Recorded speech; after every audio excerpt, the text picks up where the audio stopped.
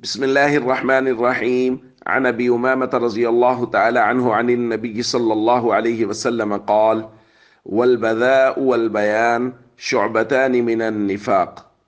رواہ الترمذی۔ نبی کریم صلی اللہ علیہ وسلم نے ارشاد فرمایا، فحش کلامی، بدگوئی اور کثرت کلام، زیادہ بات کرنا، یہ نفاق کی دو شاخیں اور علامتیں ہیں۔ دوستو، ہم بات کر رہے ہیں نفاق اور علامات نفاق کے متعلق، اور یہاں دو چیزوں کا بیان کیا گیا اور ان کو نفاق کے شعبے قرار دیا گیا۔ ایک، حضور نے فرمایا فحش کلامی، یعنی ایک شخص ایسا ہے جس کی کلام میں بےہودہ گفتگو ہوتی ہے، وہ گالیاں دیتا ہے، بےہودہ بات کرتا ہے، اخلاق سے گری ہوئی بات کرتا ہے۔ کوئی شریف آدمی اس طرح کی بات نہ کرتا ہے، نہ شریف آدمی کی مجلس میں اس طرح کی بات کی اور سنی جاتی ہے۔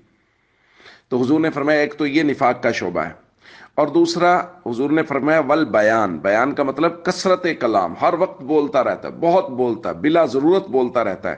ظاہر ہے جب کوئی آدمی بلا ضرورت بولتا ہے، بہت زیادہ بات کرتا ہے، تو اس کی زبان سے بھی ہر طرح کی باتیں نکلتی ہیں۔ اس کی زبان سے فحش گوئی، بد کلامی، بدتمیزی، گالیاں، اور گالیاں تو ہمارے یہاں بہت عام ہو گئی۔